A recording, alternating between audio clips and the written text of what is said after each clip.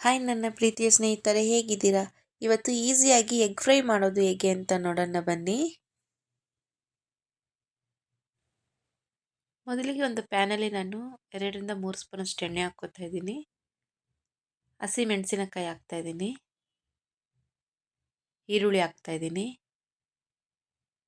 ಹಾಕ್ಬಿಟ್ಟು ಚೆನ್ನಾಗಿ ಫ್ರೈ ಮಾಡ್ಕೊಳ್ಳೋಣ.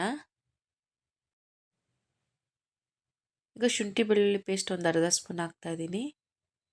ಹಾಕ್ಬಿಟ್ಟು ಅದನ್ನು ಚೆನ್ನಾಗೆಲ್ಲ ನೀಟಾಗಿ ಮಿಕ್ಸ್ ಮಾಡ್ಕೊಳ್ಳೋಣ, ಸ್ವಲ್ಪ ಬ್ರೌನ್ ಆಗೋವರೆಗೂ. ಈಗ ಟೊಮೆಟೊ ಹಾಕ್ತಾ ಇದ್ದೀನಿ. ಟೊಮೆಟೊ ಬೇಡ ಅಂದರೆ ಸ್ಕಿಪ್ ಮಾಡ್ಕೋಬೋದು.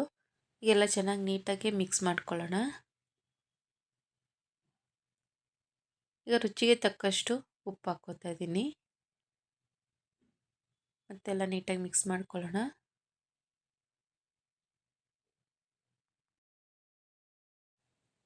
ಈಗ ಧನಿಯಾ ಪುಡಿ ಒಂದು ಅರ್ಧ ಸ್ಪೂನ್ ಹಾಕ್ತಾ ಇದ್ದೀನಿ. ಖಾರದ ಪುಡಿ ಒಂದು ಅರ್ಧ ಸ್ಪೂನ್ ಹಾಕ್ತಾ ಇದ್ದೀನಿ. ಗರಂ ಮಸಾಲ ಒಂದು 1/4 ಸ್ಪೂನು. ಅರಿಶಿನ ಪುಡಿ ಒಂದು 1/4 ಸ್ಪೂನು. ಎಲ್ಲ ಹಾಕ್ಬಿಟ್ಟು ಚೆನ್ನಾಗಿ ನೀಟಾಗಿ ಮಿಕ್ಸ್ ಮಾಡ್ಕೊಳ್ಳೋಣ. ಎಲ್ಲ ಚೆನ್ನಾಗಿ ಫ್ರೈ ಆಗಬೇಕು. ನಾನಿಲ್ಲಿ ಮೊಟ್ಟೆ ಮೊದಲಿಗೆ ಬೇಯಿಸಿ ಇಟ್ಕೊಂಡಿದ್ದೆ, ಈ ಥರ ಕ್ಯೂಬಾಗಿ ಕಟ್ ಮಾಡಿದೆ. ಅದನ್ನು ಕೂಡ ಹಾಕ್ಬಿಟ್ಟು ಮತ್ತೆ ನೀಟಾಗಿ ಎಲ್ಲ ಮಿಕ್ಸ್ ಮಾಡ್ಕೊಳ್ಳೋಣ.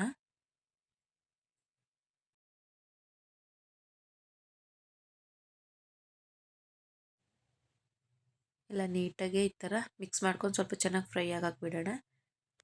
ಈಗ ಸರ್ವಿಂಗ್ ಬೌಲ್ಗೆ ಹಾಕ್ಕೊಳ್ಳೋಣ. ನೋಡಿ, ಮೊಟ್ಟೆ ಫ್ರೈ ರೆಡಿ ಆಗಿದೆ. ನೋಡಲಿಕ್ಕೆ ಎಷ್ಟು ಚೆನ್ನಾಗಿದೆ.